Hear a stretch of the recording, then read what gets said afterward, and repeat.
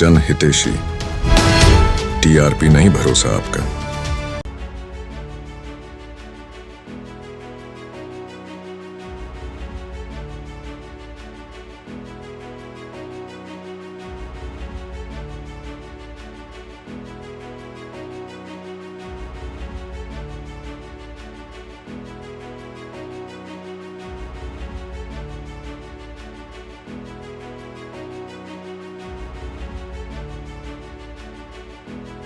देखिए, मैं जहां तक ताल्लुक है इस हादसे की, इसको जितने भी कड़े लफ्जों में इसको कंडेम किया जाए वो कम है।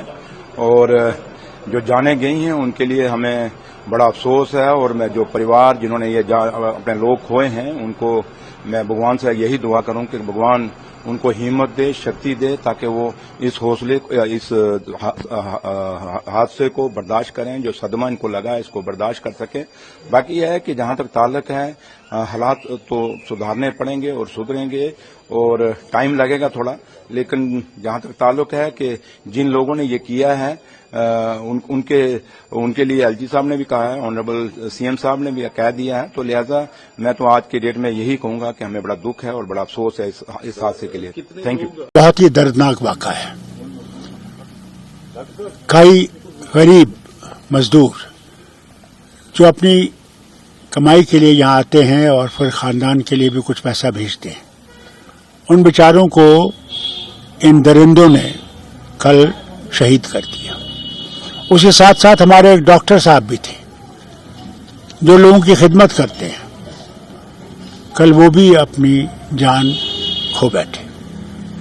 अब बताइए मुझे, इन दरिंदों को मिलेगा क्या? क्या वो समझते हैं इससे यहां पाकिस्तान बनेगा?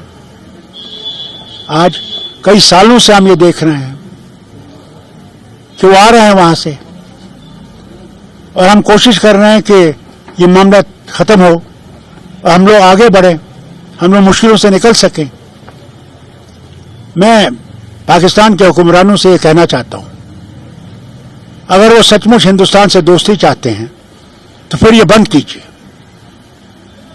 कश्मीर पाकिस्तान नहीं बनेगा, नहीं बनेगा, नहीं बनेगा। हमें मेहरबानी करके इज्जत से रहने दीजिए, तरक्की करने दीजिए। तब तक आप ये हम लोगों को मुसीबत में डालते रहेंगे। 47 से आपने शुरू किया, कबाली भेजे, बेगुनाहों को मरवाया, क्या पाकिस्तान बना? जब ये 75 साल में पाकिस्तान नहीं बना, आज कैसे बनेगा?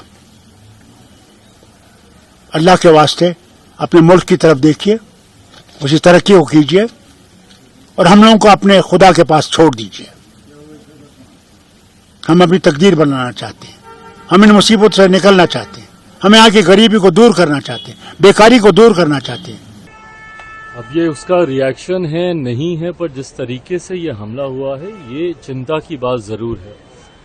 केंद्र सरकार की भी नजर इसके ऊपर है, पर जिस तरीके से नई सरकार के गठन के तुरंत बाद इस तरीके की घटनाएं वापस से शुरू हुई हैं, ये कहीं ना कहीं सवाल खड़े करती है। मुझे लगता है राज्य सरकार की भी ये जिम्मेदारी है कि इन बातों को गंभीरता से लेते हुए इस बात को सुनिश्चित करे। एक लंबे समय तक जब केंद्र के शासन में वहां पर कार्य को देखा जा रहा था, इस तरीके की घटनाओं में पूरी तरीके से रोक लग गई। और पुनः अगर ऐसे हमले हो रहे हैं, ऐसी घटनाएं घट रही हैं, तो ये चिंता की बात है और राज्य सरकार को भी गंभीरता से इसको देखने की जरूरत है। वो कहीं रास नहीं आती। लोकतांत्रिक जो व्यवस्था है कश्मीर में फिर से बनी है, अच्छी तरह से इलेक्शन हुए हैं, शायद उसी कारण से इस प्रकार से वो अपनी प्रेजेंस शो करने की कहीं ना कहीं कोशिश करते हैं। तो सुरक्षा बलों द्वारा बहुत इसको पहले जो मिलिटेंसी को रोका गया है, लेकिन जब इस प्रकार की घटनाएं होती हैं तो चिंता का विषय बन जाता है। एक बाहर के लोगों में खौफ का माहौल बन जाता है। और पिछले 2 दिनों में ये जो लगातार घटनाएं हुई हैं तो ये भी दुखद हैं। तो मैं कुल मिला के यही कहूंगा कि लोगों को भी सतर्क रहने की जरूरत है, क्योंकि बहुत से लोग जो यहाँ पर इस मिलिटेंसी को अंजाम देने का प्रयास करते हैं। लोकल लोग ही हैं और जो पाकिस्तान के लिए काम करते हैं, पैसा लेकर के काम करते हैं।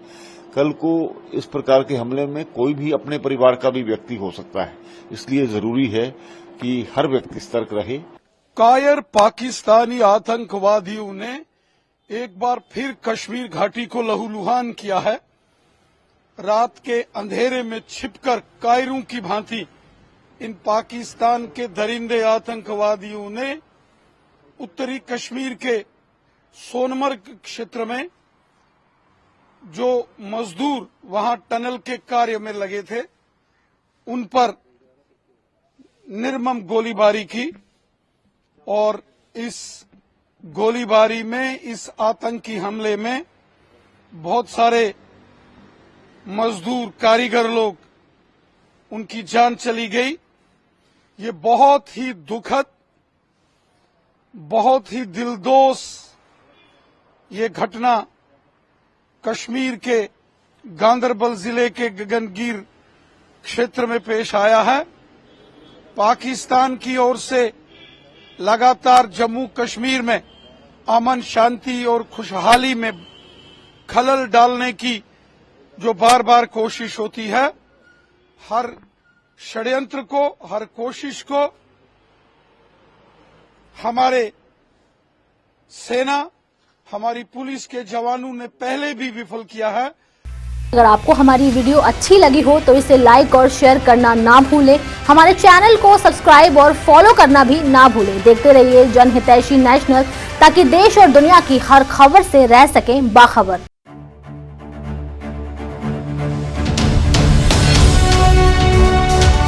जनहितैषी, टीआरपी नहीं भरोसा आपका।